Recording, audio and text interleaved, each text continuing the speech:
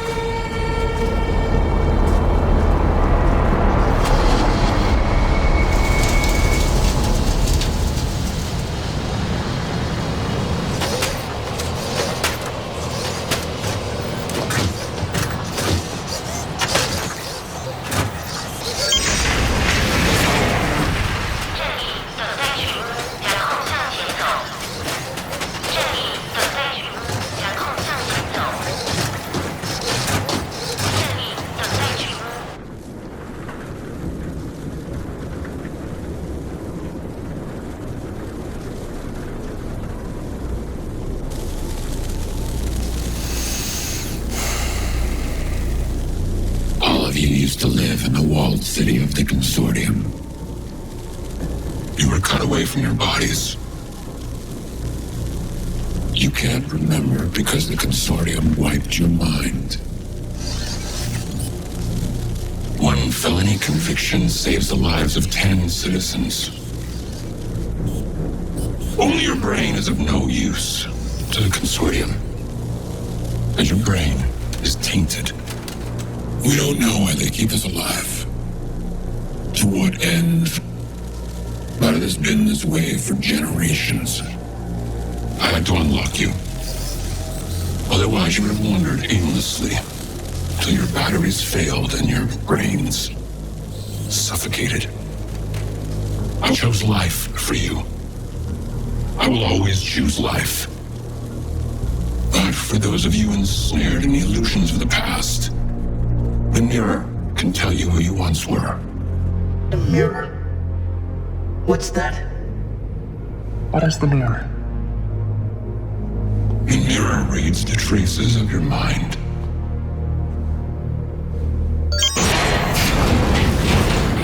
She knows your histories, your crimes.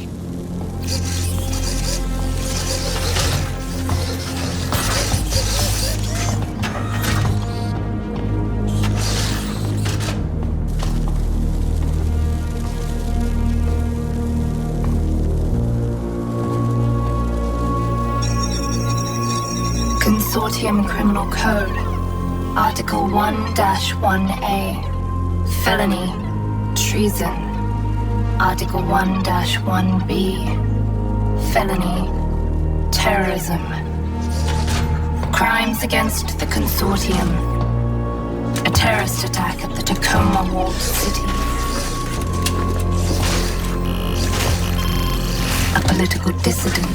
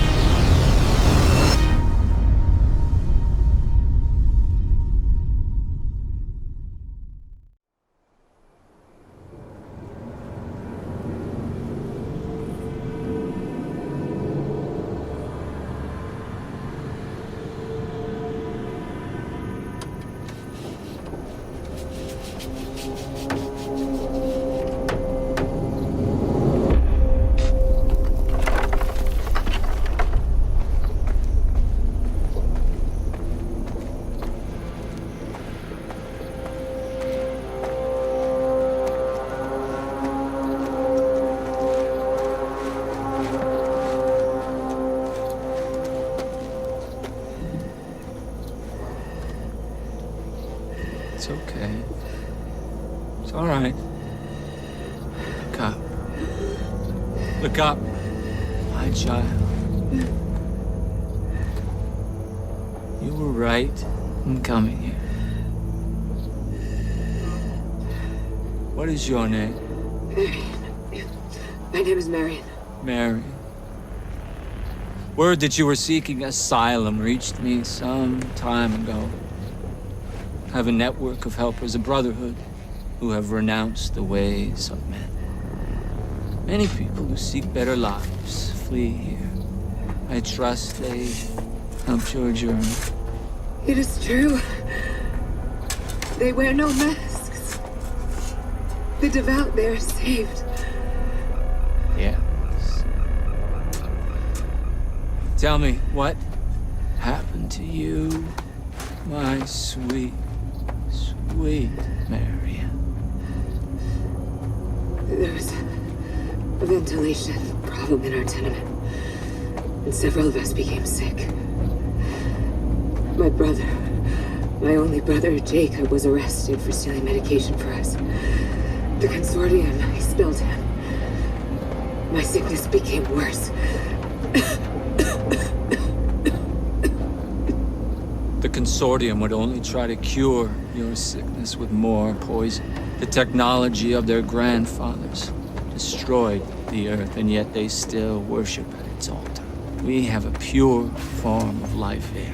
We have perfected the ancient ways. We expel technology here. We abhor it. I came here because people talk about you, about your miracles.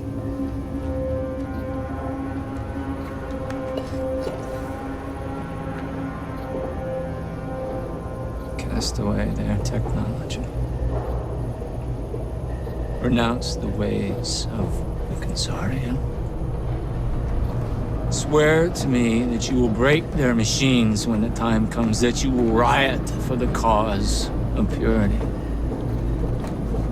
Swear to me that it is better to kill a man enslaved to a machine than to let him live and suffer. Swear to me that you believe in what I say. I swear to you, I believe. I believe in you. Your faith is proved by action, Marion. Not words. Marion?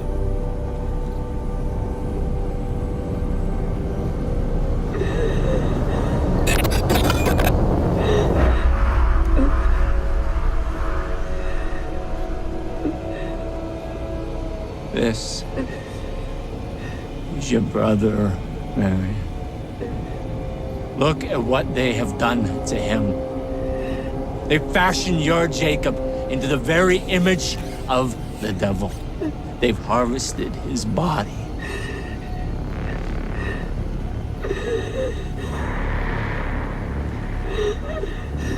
And his suffering, Marion.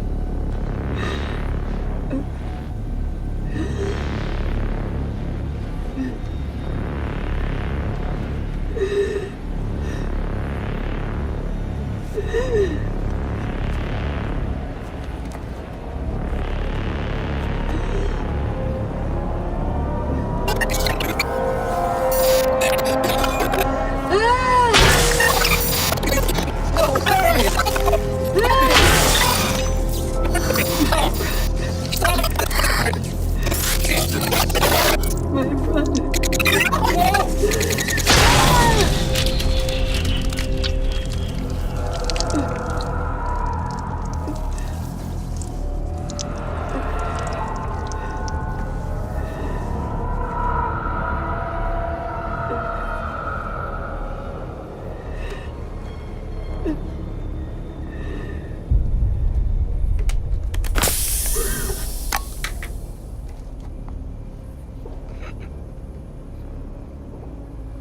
I am the purification of the blood. I am the purification of the body.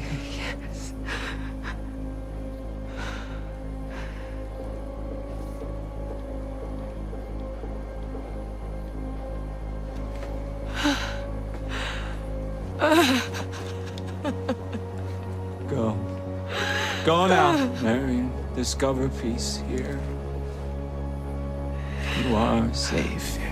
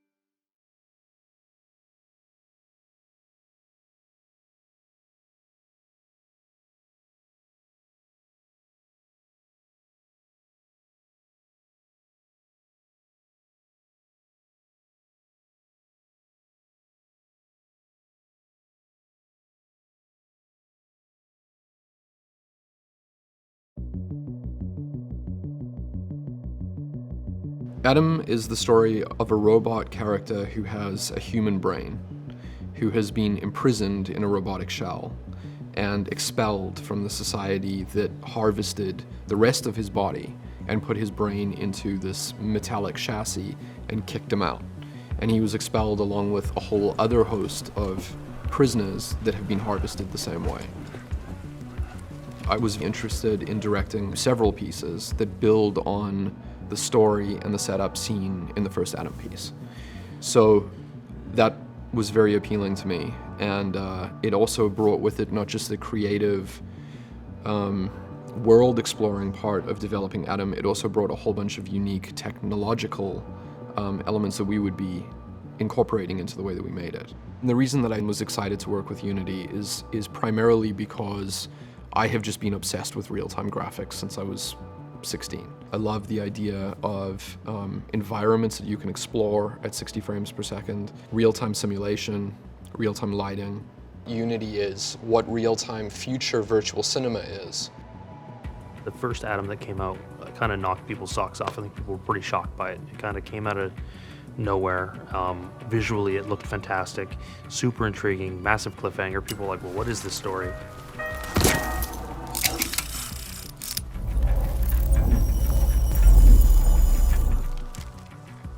The thematic backbone of it is a discussion about where your soul is, what defines you. Is it the fact that you are physically a human? If your brain exists in a vat, are you still a human? if your brain were in a vat, do you think that you're a human? Oh, I love working with Neill. I've worked with him for years now. I think our brains work at some level on a similar wavelength, so we kind of get each other. So there's a lot of shorthand between us in terms of artistically where he wants to take things. I love that head down, but still forward. Yeah, in that zone, we're cool. Somehow that other side felt better than this one, though. The environment at the studio here is ridiculously creative. It's not just a place for Neill to be creative, it's a place for all of the artists to be creative, and something special comes out of that. I'm a nerd, so I'm a total sci-fi fantasy nerd. I remember the first day walking in here and seeing what was the beginnings of this place and trying really hard to act grown up about it. Really trying hard to act like an adult and not just literally vibrate with excitement, because there was so much cool stuff around here. The vibe working here is not like working. A lot of people said that before, what's gonna be like working with your brother, blah, blah, blah, but I think we have a pretty good understanding of the respective roles within what we do. And to that, it's been awesome, actually. Mike's a good studio executive. Decision I've made. He's maybe 5% more nerdy than a normal studio executive, but it's totally going to be on me, I think. No one would describe him as a nerd. Relatively speaking, there's a very big nerd gap It's between a massive between gulf. the two. Yeah. The environment that we're trying to create for Adam is very, very, very distinctly broken into two different environments. You're dealing with Earth after a human-caused war that turned into a reliance on technology that led to an AI-enhanced war. The first 50% is the characters that would be considered good in a dark environment, and then the second half of the script are the more evil characters represented in a completely sun-bleached, bright environment. And they're complete polar opposites from one another. So the thing that's exciting about the world that we're trying to create is that we're building something that I think, especially the second half, is going to look as close to real, I'm hoping, as we can get to in a real-time engine. The only real way to do that is to digitize real life somehow. Photogrammetry is where you take photos of a real life environment, data crunch that down, and then you can load that back up into a computer. That whole virtual production aspect of this is super exciting because I've been dreaming about it for 15 or 20 years. So to finally start seeing the pieces come together is super exciting. With high definition facial capture, with a very dense polygonal environments, and with lots of characters, is going to be absolutely maxing out the allotted amounts of computational power that we have. The experimental nature of Adam is super exciting. I love new tech. I love taking the risks, to be honest. Trying to push the envelope is part of, it's like an adrenaline rush. Pushing the envelope is part of what's exciting about the whole thing. It's that excitement or that unknowing Building of what the hell it is. Yeah, exactly. That you're trying to achieve something that makes it exciting and makes all the battles worthwhile. It's not easy. It's for sure not easy. Heel and toe on the ground. Kick forward. There's two methods that we've employed that I think are not completely normal in the realm of real-time graphics. One is to do with locations and one is to do with the actor's performance. I think for sure the most difficult aspect has been trying to come up with real-time photoreal humans. That'll be the issue that I think everybody working in computer graphics for the next 20 years is going to be dealing with. Swear to me that it is better to kill a man enslaved to a machine than to let him live and suffer. What we're doing, and this is the part that's slightly weird, is we're scanning them in 3D at high resolution, 60 frames a second. So we have 60 different faces that have nothing to do with one another, that look like sculptures moving from one face to another face to another face to another face, and over time, sped up like classical animation, form the words that they're saying or the emotions that they're expressing. And then we've got to figure out, well, how do we take that data and then put that back onto the face that's on the rest of the body? And we're so trained on what humans look like from birth, you don't want to get into this weird zone of the uncanny valley. It's just creepy.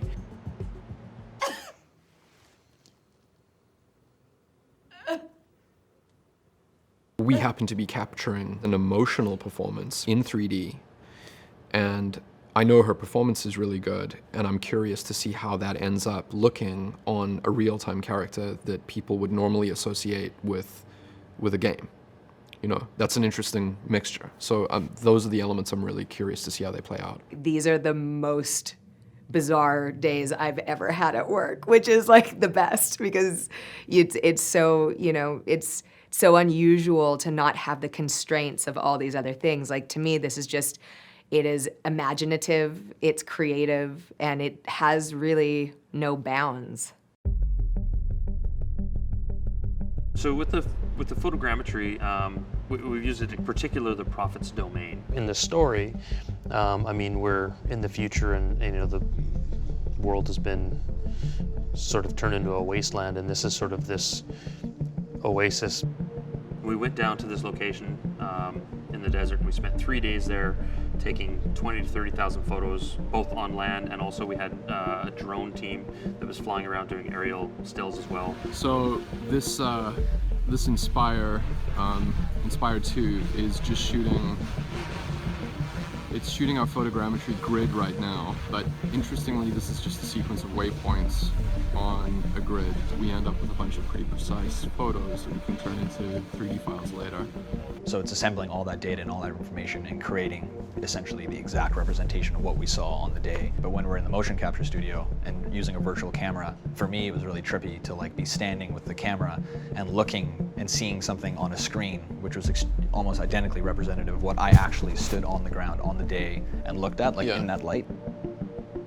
The biggest hurdle or roadblock for us is how do we get our data into the engine? Unity's gotten behind that, and they've invested in the Alembic support. Suddenly that door is opened up and that bridge is laid, and now we have that access point where we can get data in. I almost feel like it's unfair. Like I feel like I'm not even working it so fast. I can just move things around and it's instant feedback. So Unity's timeline lets us fill a folder full of your files, and you can start dragging and dropping that content right into your scene. Simultaneously, the animation team is doing final animation, but everybody else can still work, as opposed to the old linear pipeline where, you know, it's a waterfall of each department has to finish before you can move on to the next stage. So it's cool that it's such a fluid kind of development experience. And I'm like, hey man, can you hit play? And we watch, because it's real time, we watch the piece live, and it's got everyone's updates. I don't think we could do what we're doing without timeline.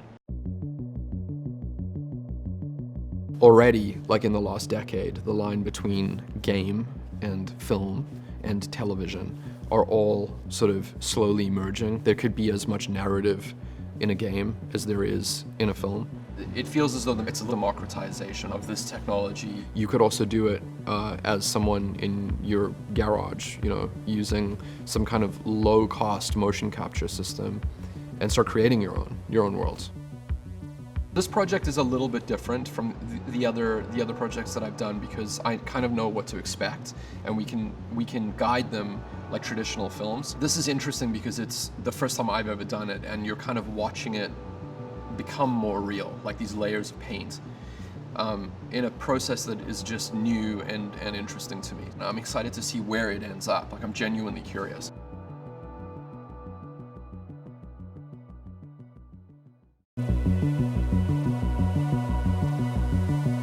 The most exciting thing about the project, without a shadow of a doubt, for sure, is the fact that we're doing it in real time. I love the idea of environments that you can explore at 60 frames per second, real-time simulation, real-time lighting, NVIDIA, you know, GTX 1080 cards, and 64 gigabytes of RAM, and like a computational platform that can handle lots of data. All of those elements are really fascinating to me.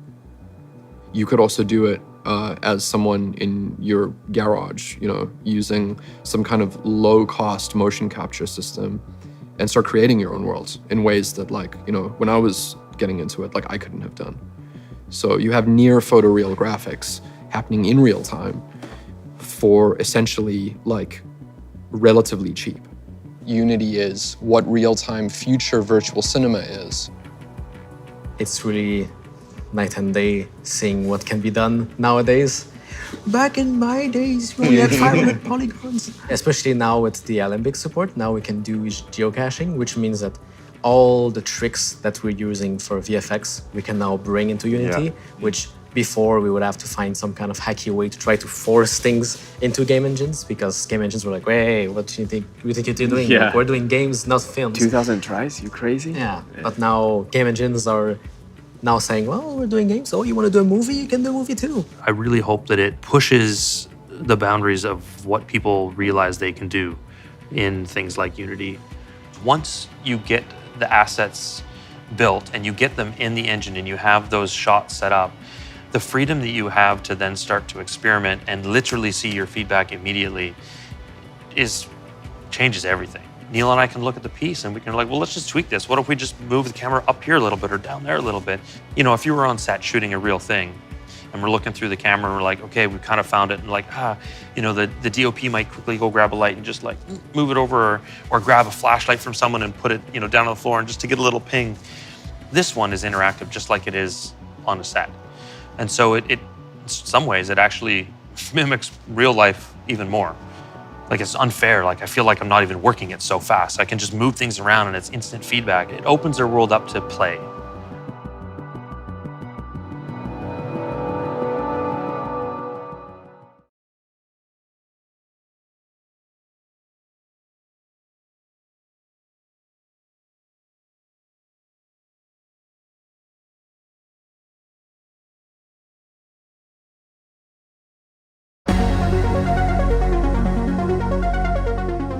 We actually had a costume designer, seamstress, actually build real clothing and real costumes, and we're using those to create our digital costumes. We're building real-life wardrobe and using costume design like traditional film that we're going to photogrammetry, and we're going to turn into three-dimensional objects that will be draped over our 3D characters in the films. This is Marion. She's a refugee. She's seeking asylum from our other character, the Prophet. She's from a society with a lot of technology, but time has passed, so it's all aged. It's a little bit ragtag. There's quite a lot of duct tape. The inspiration, I think, definitely came from Neill. All of it is recycled items of pre-made clothing that's been destroyed, painted, melted, duct taped back together, and layered. I've pillaged a lot of what's laying around in this studio. So once I finish these, I pass them over to the CG department, and they will photograph them in the 3D grammetry room. Their idea is that when they scan it in, they can get all the textures more in depth than they could if they built it from scratch. We're gonna, read the translucency values, everything about these fabrics, measure how they move when someone wears them and walks around, and then re-simulate all of those things so that we're really trying to lock into something true. For really, really high resolution cloth movement, we simulated that outside of the system, and then we brought that in and brought it into Unity. And that simulation all of the difficult pre-computation has been done, but now the computer needs to just render this pre-calculated cloth that looks like it's flowing. It's still unbelievable that the computer can compute that. Unity has some shaders that are have been specifically made. I can mess with all the different attributes of the cloth. For example, I can make it like wool, cotton, whatever. I go into Marvelous Designer and I built the patterns exactly to the specifications, and then I sew them together and put them on this model. Now that Unity's gotten behind the Alembic support is a super key sort of bridge. We need it to be able to cache large geometry data sets, and it's a way for us, the artists, to work in a very familiar manner and yet still be able to port that stuff very easily into the game. So a lot of subtleties and nuances as the cloth moves and shifts, and then we Alembic cache that into the engine. And so that third piece coming on top of it just adds a level of fidelity I think people aren't used to seeing. It's a weird mixture of a new learning curve mixed with 20-year-old 3D graphics principles.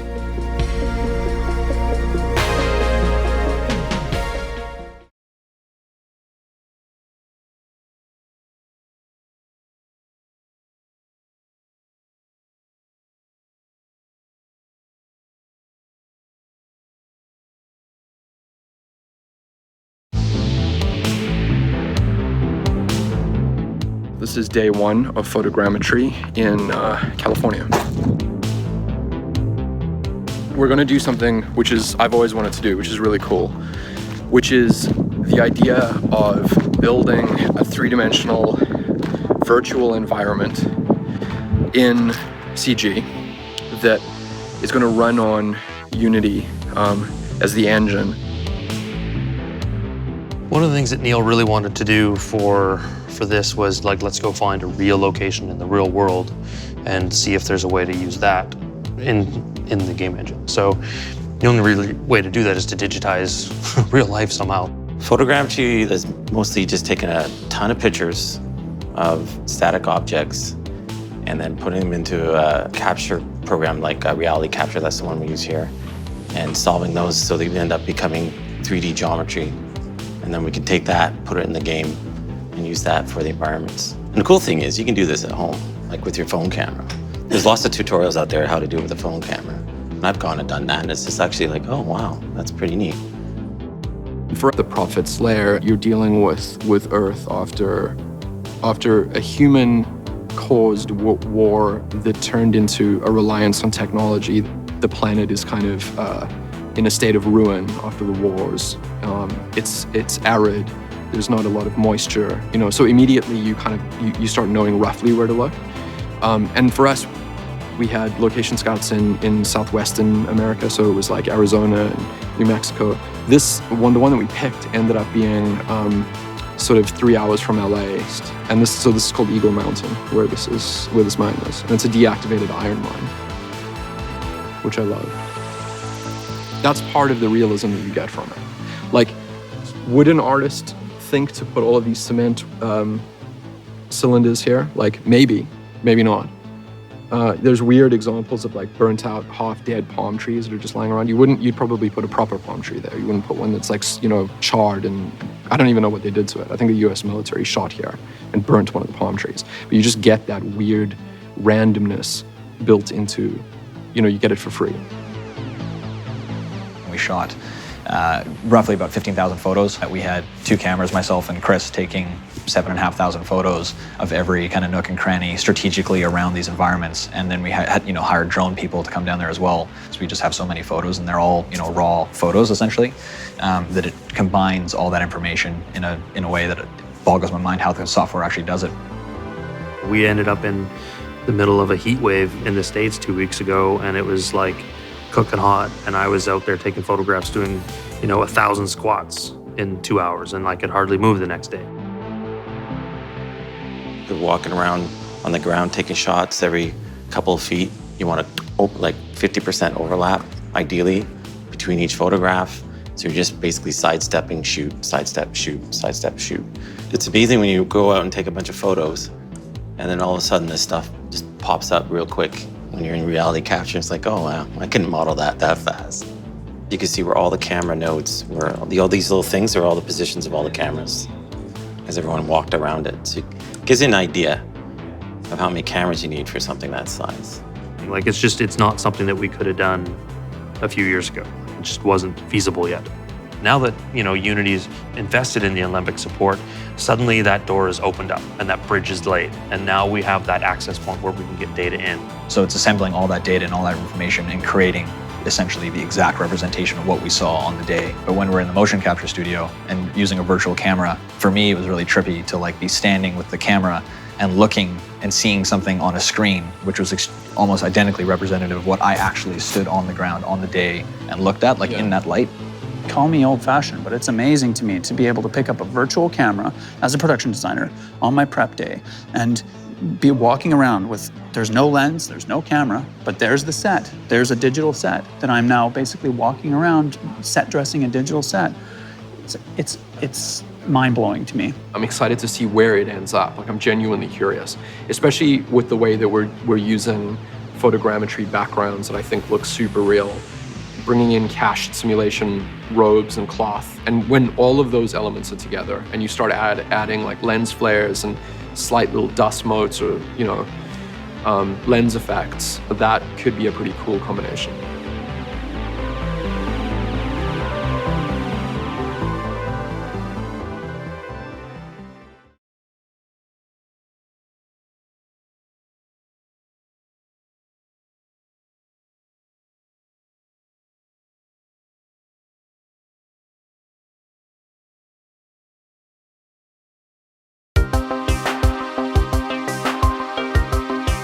already, like in the last decade, the line between game and film and television are all sort of slowly merging. Unity has Timeline, which is like an editing system. I don't think we could do what we're doing without Timeline. We watch the piece live, and it's got everyone's updates all streaming in all at the same time. Timeline is basically a sequencing tool whenever you need to like orchestrate several different systems. So simultaneously, the animation team is doing final animation, but everybody else can still work, as opposed to the old linear pipeline where, you know, it's a waterfall of each department has to finish before you can move on to the next stage. So it's cool that it's such a fluid kind of development experience. We've got 30, 40 people working on this one, and we wanted to make sure that they were all able to actually get at their individual piece and work on it efficiently. So that's probably one of the coolest things, is just how we've actually been able to create this massively scalable workflow for working with Timeline. The big difference is that when you look at like a feature film or what's possible in like the normal Hollywood production, there's sort of that visual level of what that is. And real-time tech was down here, and the bar has really gotten a lot closer. It's all really pushing the limits of what you can do in real-time tech. We can take big animation problems and divide and conquer them down into a number of scenes. Like assets are being worked on and being integrated. So if I go back in and check this later, I'll see new assets. What Timeline does is it allows a single person, if they wanted to tell a story in it, they don't need an army of developers behind them. They can go in and they can start working in it. And it's a very familiar process because it's like a nonlinear editor. It feels like some sort of 21st century like playpen of creativity.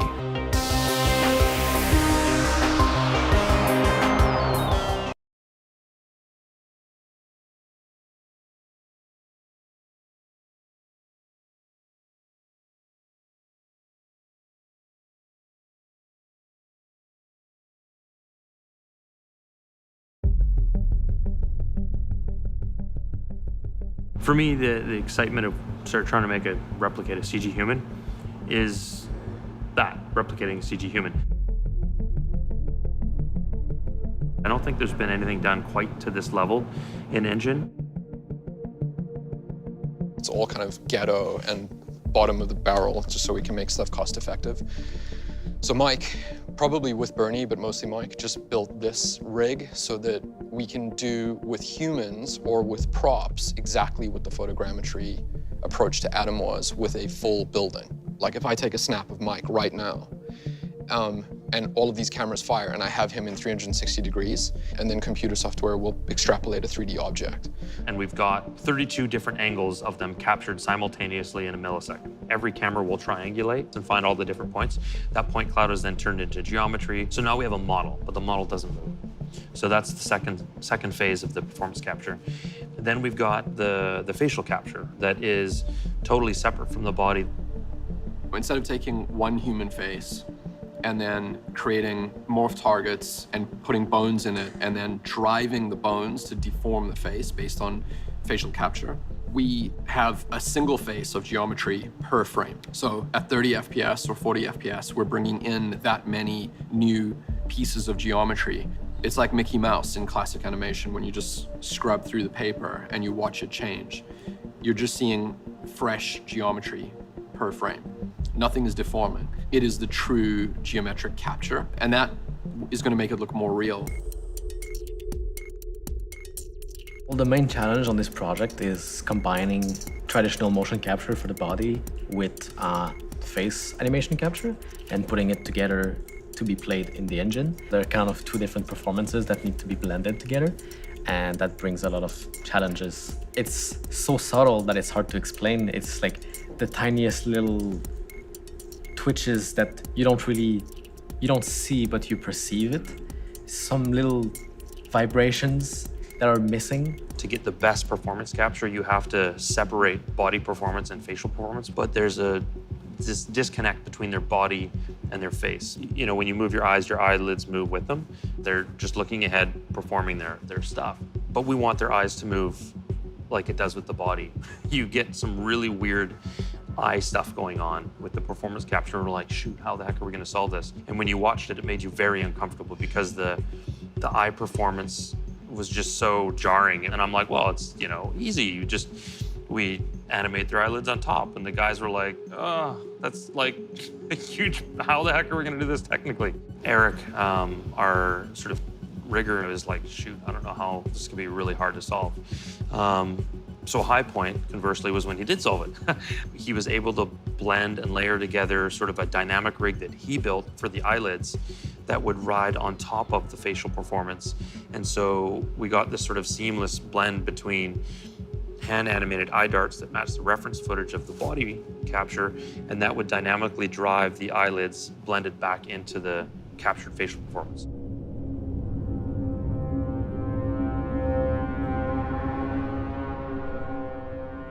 On the mocap shoot day, Carly, who plays the character Miriam in the piece, had a super emotional moment in her performance. I mean, she's sobbing and crying, and there's all these quivers in her face, all of those little subtleties that are happening, you know, at like 30 frames a second or less, and then streamed back into the final piece. Honestly, I don't know if we got it right yet. Like, we won't really know until everyone sees it. The really beneficial element that I think helped was the Unity engine. The actors drove the facial performance, we captured it, and then we streamed the geo and crunch those simulations for, you know, however long it takes, and then bring it back in.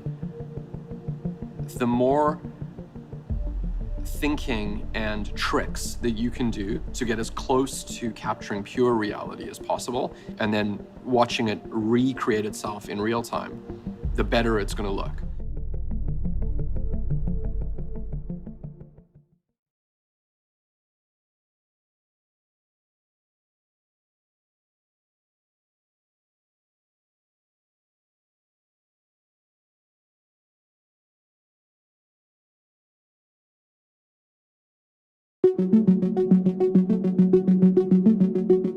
One of the greatest challenges in this project is really probably going to be the humans. It's hard to create them in CGI, whether it's for film or games, because we're trying to understand what a human looks like from birth.